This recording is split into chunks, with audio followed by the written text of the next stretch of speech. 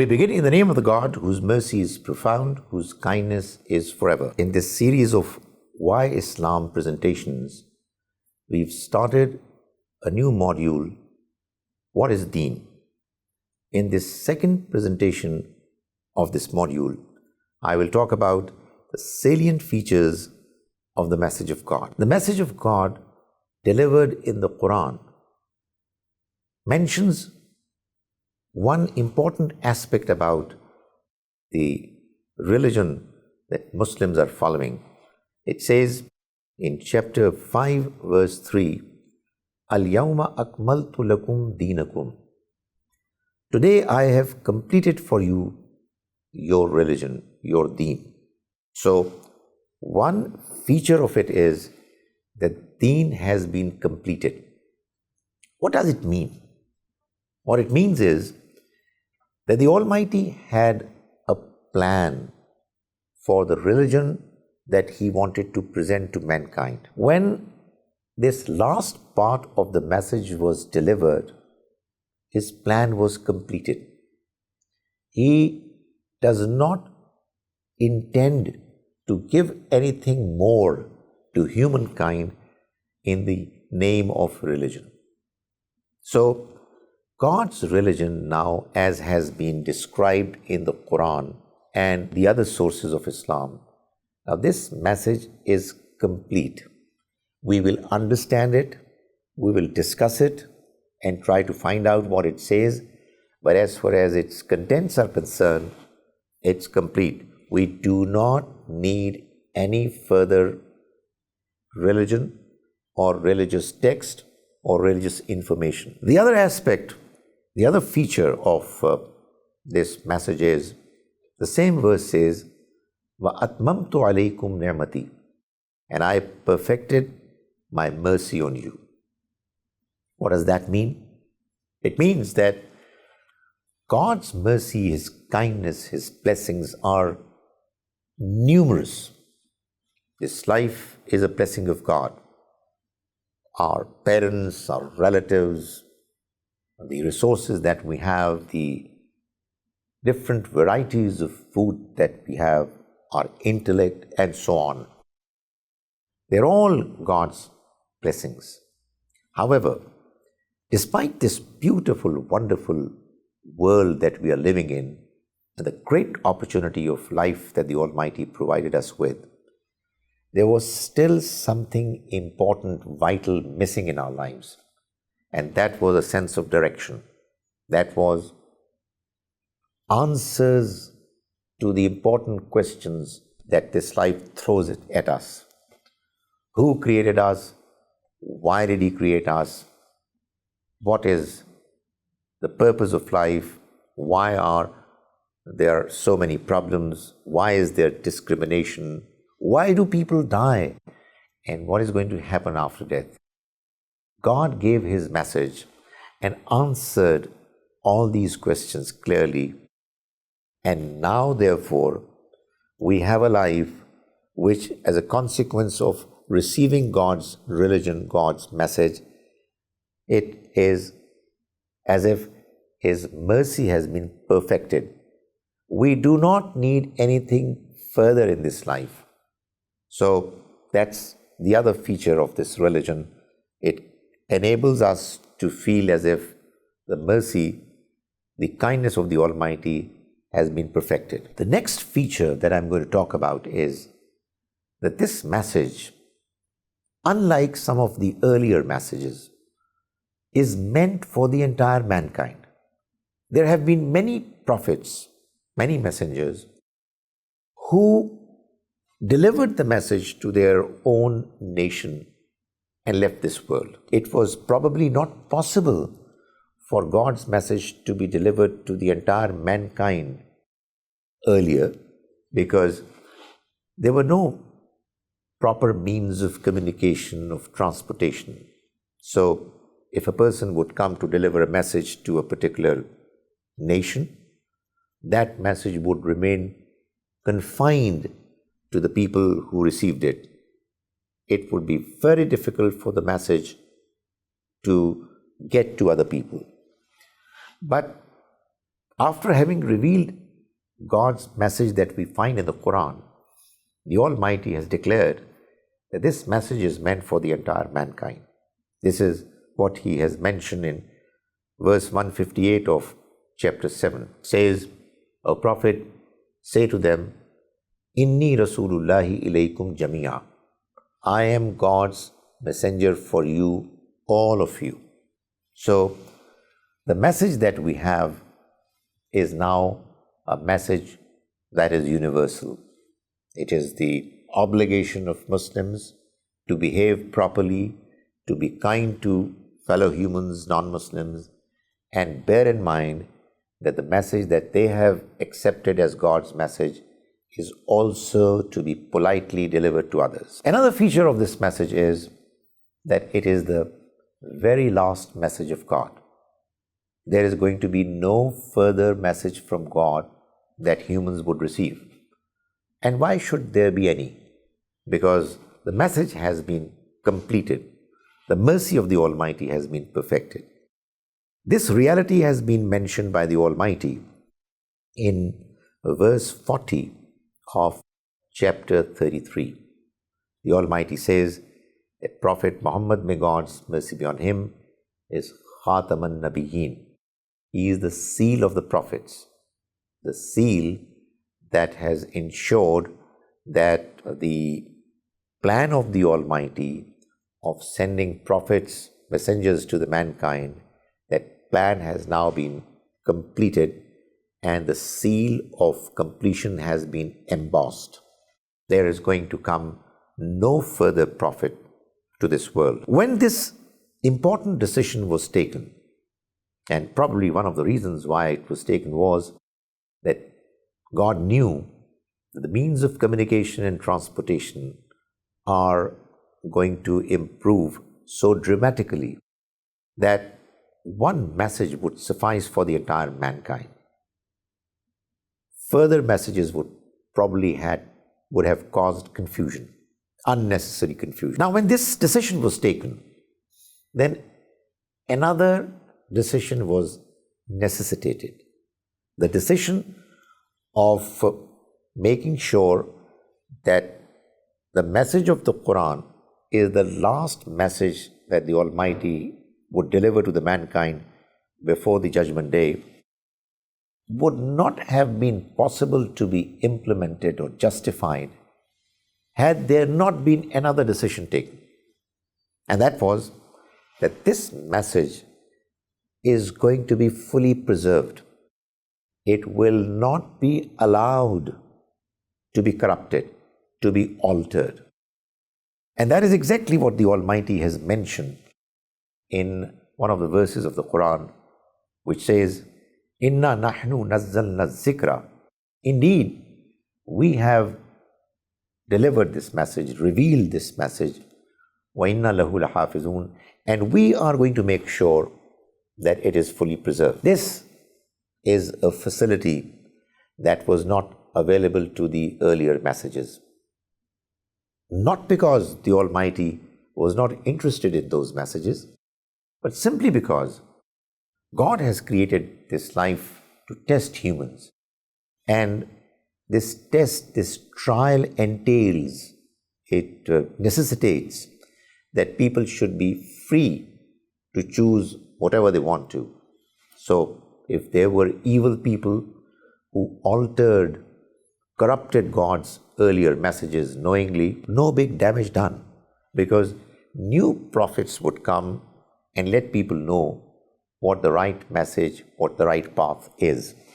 However, once it was decided that no new prophet would come, then it was necessary that the message which the prophet brought be fully preserved, or else God's guidance would get completely confused, unclear, unavailable.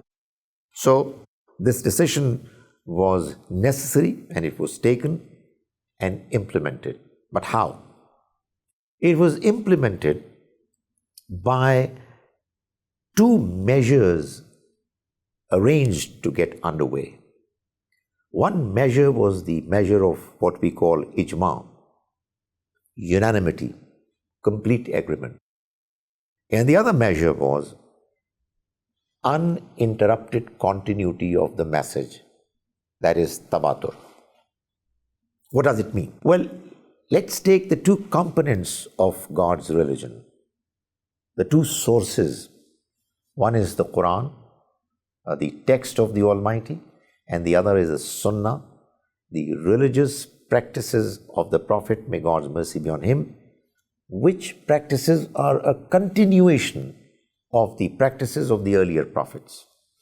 It's a tradition of religion which has been coming from earlier generations and was revived and put back to its pure, pristine form by the last prophet, may God's mercy be on him. And this message was arranged to be preserved by it being required to go through the scrutiny of both unanimity and uninterrupted continuity. All companions of the Prophet, may God's mercy be on him, that is, the first generation Muslims, agreed that the Quran is God's word. And the Quran is the text which begins with first Surah Al-Fatiha and ends with the last Surah, 114th Surah An-Nas. And there is a definite sequence that this Quran follows in its chapters, and all the verses that each surah contain, they are the very same. And this is something which was made possible by the fact that the Quran was memorized. It was written by some people as well in their own respective ways. And then it was transmitted to the next generation, who in turn again memorized. A large number of them memorized the Quran from A to Z. Many of them, most of them, memorized a good part of the Quran. And that process has come down to us from generation to generation. So on the one hand, there is this ijma, unanimity, complete agreement of all companions, all first generation Muslims. And then that agreement was made to go down to the next generations in a way that there was no interruption, there were no gaps. So there was what we call tabatur. So today when we read the Quran, we read it with the confidence that we are reading this very same words as were given by the Prophet, may God's mercy be on him, as God's very own words. Likewise, along with the Quran, we have the Sunnah. The religious practices of the Prophet, like formal prayers, salat, like zakat, almsgiving, like fasting, like hajj, like the Friday prayer, like Eid prayer, etc. There's a long list of them. All these practices were practiced by the Prophet, may God's mercy be on him, himself. And when he practiced them, his companions also joined him. They could see him doing it. They were required from a religious point of view to also do what he was doing. And as a consequence, when he left this world, the companions were still practicing all those religious, call them rituals or acts of worship or religious practices. When they left this world, the new generation had already emerged, and they were also following those practices.